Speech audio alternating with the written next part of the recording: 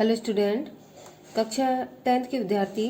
आपका जो नया सिलेबस हिंदी का है, आज मैं उसके बारे में आप लोगों से बात करूंगी। कौन कौन से टॉपिक आपके हटे हुए हैं और कौन कौन से टॉपिक आपको तैयार करने हैं। सबसे पहले हम हटे हुए टॉपिक देखेंगे, कौन कौन से टॉपिक आपके हट गए हैं और उनकी जगह पर कौन कौन से टॉपिक आपके नए ऐड हुए हैं। पहला आपका टॉपिक प्रत्यय। ये पिछले साल तक आपको पढ़ना था, बट इस साल ये आपका रिमूव हो गया। इसको आप लोगों को नहीं पढ़ना है। आपको उपसर्ग पढ़ना है बट प्रत्यय नहीं पढ़ना है। दूसरा टॉपिक संधि, ये भी आपका रिमूव हो गया है, इसको भी आप लोग नहीं पढ़ेंगे। और तीसरा टॉपिक आपका संस्कृत के अनुवाद, ये 2 नंबर के आते थे, वो भी आपके टॉपिक हट गए हैं।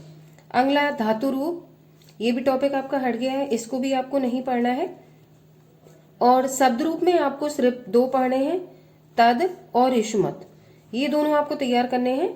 और जो आपका सिलेबस लगा हुआ है, ठीक है, आपके 20 नंबर के ऑब्जेक्टिव प्रश्न आएंगे। किन किन टॉपिक से आपके 20 नंबर के ऑब्जेक्टिव प्रश्न आएंगे और किन किन प्रश्नों का आपको डिस्क्रिप्शन करके लिखना है, वो मैं सारा आपको आगे बताऊंगी।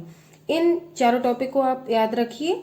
आपको प्रत्यय नहीं पढ़ना है, संधि नहीं पढ़नी है 2024 में बच्चों को, संस्कृत अनुवाद नहीं पढ़ने हैं, धातु रूप नहीं पढ़ना है, और शब्द रूप में आपको ओनली, शब्द रूप भी कुछ हट गए हैं आपके, शब्द रूप में आपको केवल तद और युष्मत 2 ये रूप आपको पढ़ने हैं। शब्द रूप में 2 ये आपके रूप हैं, ये पढ़ने हैं। इसके अलावा आपको कोई भी धातु रूप और इसके अलावा कोई भी शब्द रूप नहीं पढ़ना है। तो आप 2 को याद रख लीजिए, तद और युष्मत। इन दोनों टॉपिक पे आपके मल्टीपल चॉइस के क्वेश्चन आएंगे। जो आपको OMR सीट मिलेगी, उसमें आपको जो गोले फिल करने होंगे, वो इन सारे जो प्रश्नों से आपके ऑब्जेक्टिव क्वेश्चन बनेंगे 20 नंबर के, वो ये टॉपिक आपका खंड आ का है। ठीक है, ये 4 हट गए हैं। अगला नया टॉपिक क्या क्या ऐड हुआ है वो भी आप लोग देख लीजिए। नए टॉपिक में आपका वाक्य का स्वरूप, ये अभी तक नहीं था, बट ये नया ऐड हो गया है। 1 नंबर का इससे मल्टीपल चॉइस का प्रश्न आएगा। दूसरा आपका 7वां टॉपिक वाच्य। वाच्य में आपको वाच्य का प्रयोग पढ़ना है और परिवर्तन पढ़ना है, तो कैसे हम इसको चेंज करेंगे। जैसे कि आप इंग्लिश में एक्टिव वॉइस और पैसिव वॉइस पढ़ते हो ना, वैसे हिंदी में आपको ये वाच्य, ठीक है, ये प्रयोग परिवर्तन पढ़ना है, एक्टिव वॉइस या पैसिव वॉइस, जैसा कि आप इंग्लिश में समझते हो। अगला आपका तीसरा नया टॉपिक जो है पद परिचय, ये नया ऐड हुआ है। तो 1-1 नंबर के ये 3 नए ऐड हो गए। और पत्र लेखन, जो खंड बा में आएगा लिखने के लिए आपका, वो 4 नंबर का नया ऐड हुआ है। अभी तक आपको सिर्फ निबंध करना होता था, बट इस साल आप लोगों को पत्र लेखन भी लिखना होगा 4 नंबर में। तो इस तरीके से आपके नए टॉपिक 4 ऐड हुए हैं। वाक्य का स्वरूप, कितने प्रकार के आपके वाक्य होते हैं वो, वाच्य जिसमें आपको प्रयोग परिवर्तन पढ़ना है, तीसरा पद परिचय, चौथा पत्र लेखन, 4 नए ऐड हुए हैं। और जो आपके पीछे मैंने बताया, इसकी जगह पे प्रत्यय हटा हुआ है और संधि हटा हुआ है, संस्कृत अनुवाद हटे हुए हैं और धातु रूप हटे हैं। 4 नए ये हट गए हैं आपके, और इनकी जगह पे 4 ये नए जुड़ गए हैं। 7 नंबर का हटा हुआ है ये आपका, और 7 नंबर का नया ऐड हुआ है। इस हिसाब से आप लोगों को तैयारी करनी है।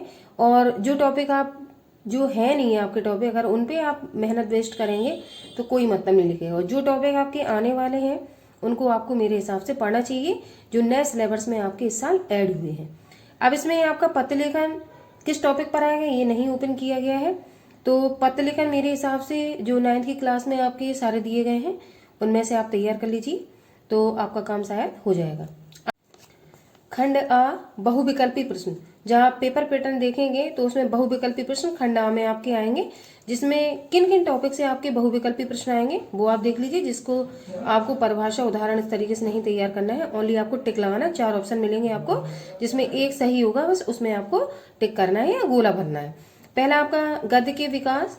गद्य के विकास में जो आपका गद्य साहित्य का इतिहास है, उसमें मैंने जब प्रश्न डाले हुए थे, वीडियो आप लोग देखना, उसमें शुक्ल युग और शुक्लोत्तर युग 2 युगों पर आपको सिर्फ क्वेश्चन तैयार करने हैं, जो 5 नंबर के आपके प्रश्न आएंगे। और इनके आपको जो गोला भरना होगा वो इसी वाले टॉपिक से आप लोग भरेंगे, 5 नंबर के प्रश्न। दूसरा आपको पद्य साहित्य के इतिहास में से रीतिकाल और आधुनिक काल 2 काल पढ़ने हैं। तो इन पर आधारित जितने भी प्रश्न आपके ऑब्जेक्टिव हैं वो आप तैयार कर लीजिए। थ्योरी ज्यादा तैयार करने की जरूरत नहीं है, इससे भी आपके 5 नंबर के प्रश्न आएंगे, जो आपको जो सर्कल होगा वो फिल करना होगा। अगला काव्य सौंदर्य के जो तत्व आपके हैं उसमें आपको रस पढ़ना है। रस में आपको हास रस और करुण रस, ठीक है, ये पढ़ना है। और ये भी 1 नंबर का ऑब्जेक्टिव प्रश्न आएगा, परिभाषा और उदाहरण लिखने को नहीं आएगा। खा में आपको अलंकार पढ़ने हैं। तो अलंकार आपका शब्द अलंकार आपने 9th में पढ़ा होगा, तो इस साल आपको सिर्फ अर्थालंकार पढ़ना है। अलंकार में आपका उपमा, रूपक, उत्प्रेक्षा, इन 3 अलंकारों से आपका 1 नंबर का प्रश्न मिलेगा, जिसमें आपको गोला भरना होगा। तो परिभाषा आपको नहीं रटनी है, ठीक है। और केवल गोला लगाने के लिए आता है, तो आपको सिर्फ समझना है किस तरीके से प्रश्न आपसे पूछा जा सकता है। गा छंद, छंद में आपको सोठा और रोला 2 छंद पढ़ने हैं, जिसमें उसका लक्षण पता होना चाहिए आपको और उदाहरण पता होना चाहिए, ठीक है। तो इस पे भी आपका मल्टीपल चॉइस का प्रश्न आएगा, जिसमें आपको गोला भरना होगा। मैं खंड आ की बात कर रही हूँ, जिसमें आपको ऑब्जेक्टिव प्रश्न मिलेंगे 20। अगला चौथा आपका हिंदी व्याकरण। हिंदी व्याकरण में देख लीजिए आप क्या क्या पढ़ना है। उपसर्ग पढ़ना है, बट प्रत्यय हट गया है, तो प्रत्यय आप लोग नहीं तैयार करेंगे।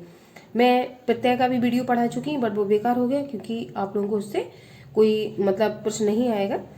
खा में आपको समास पढ़ना है। समास में द्वंद्व, द्विगु, कर्मधारय, बहुब्री।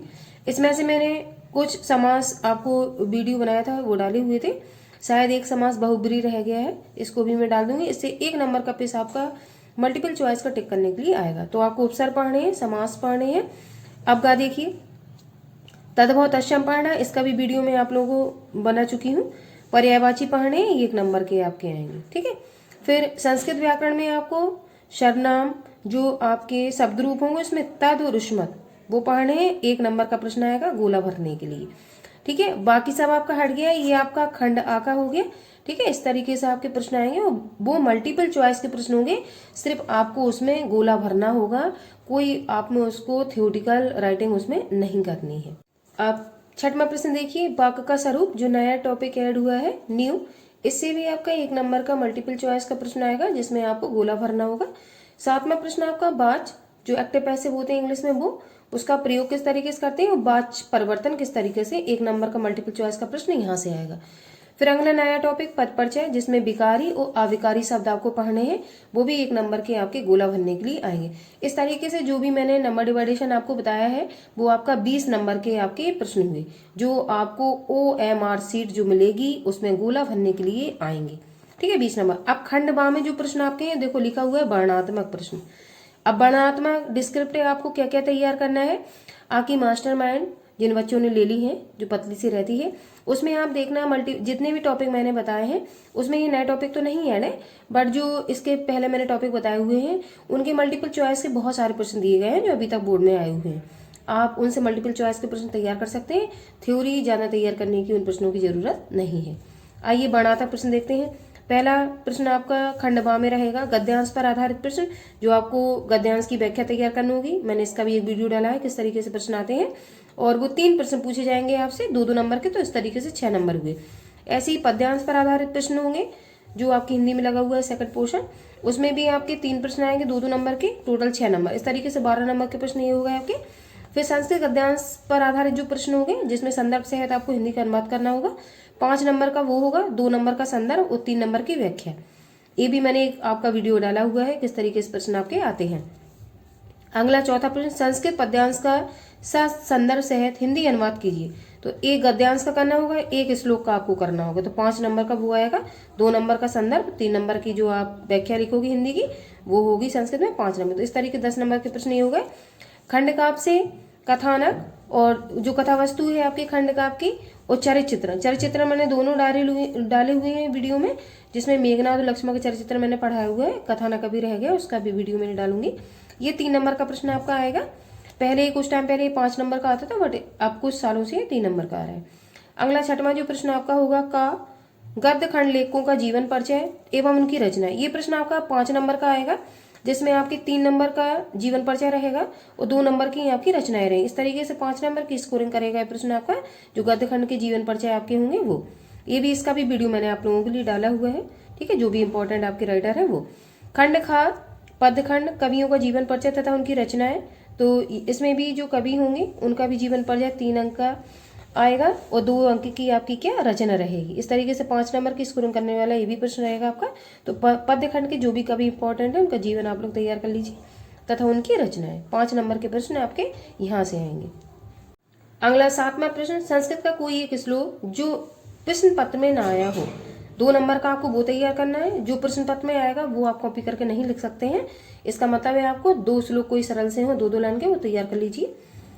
अगला पत्र लेखन, जो नया टॉपिक आपका ऐड हुआ है, पत्र लेखन आपका 4 नंबर का आएगा, तो पत्र लेखन आपको तैयार करना है इसमें।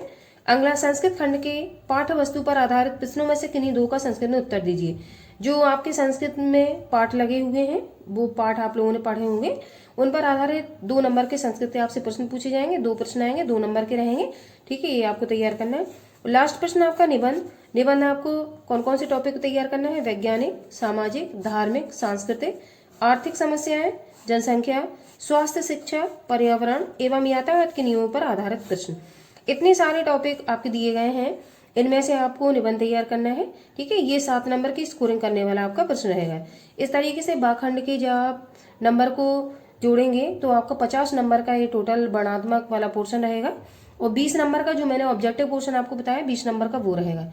इस तरीके से 50 और 20 70 नंबर की आपकी थ्योरी हो गई, और 30 नंबर की आप लोगों की हिंदी की प्रोजेक्ट फाइल बनी हुई होगी, तो वो आपकी इस प्रश्न पत्र में ऐड नहीं होगी। इस तरीके से आपका टोटल 100 नंबर का पेपर हुआ, और नए सिलेबस के अनुसार ही आप लोगों को पढ़ाई करनी है, क्योंकि ज़्यादा टाइम नहीं रह गया है। जो आपके 2-4 टॉपिक नए ऐड हुए हैं उनको भी आप लोग तैयार कर लीजिए, और जो जो चीज़ें आपके रिमूव हो गई हैं उन पे आपको ध्यान नहीं देना है, क्योंकि उनसे प्रश्न आप लोगों के नहीं आएंगे।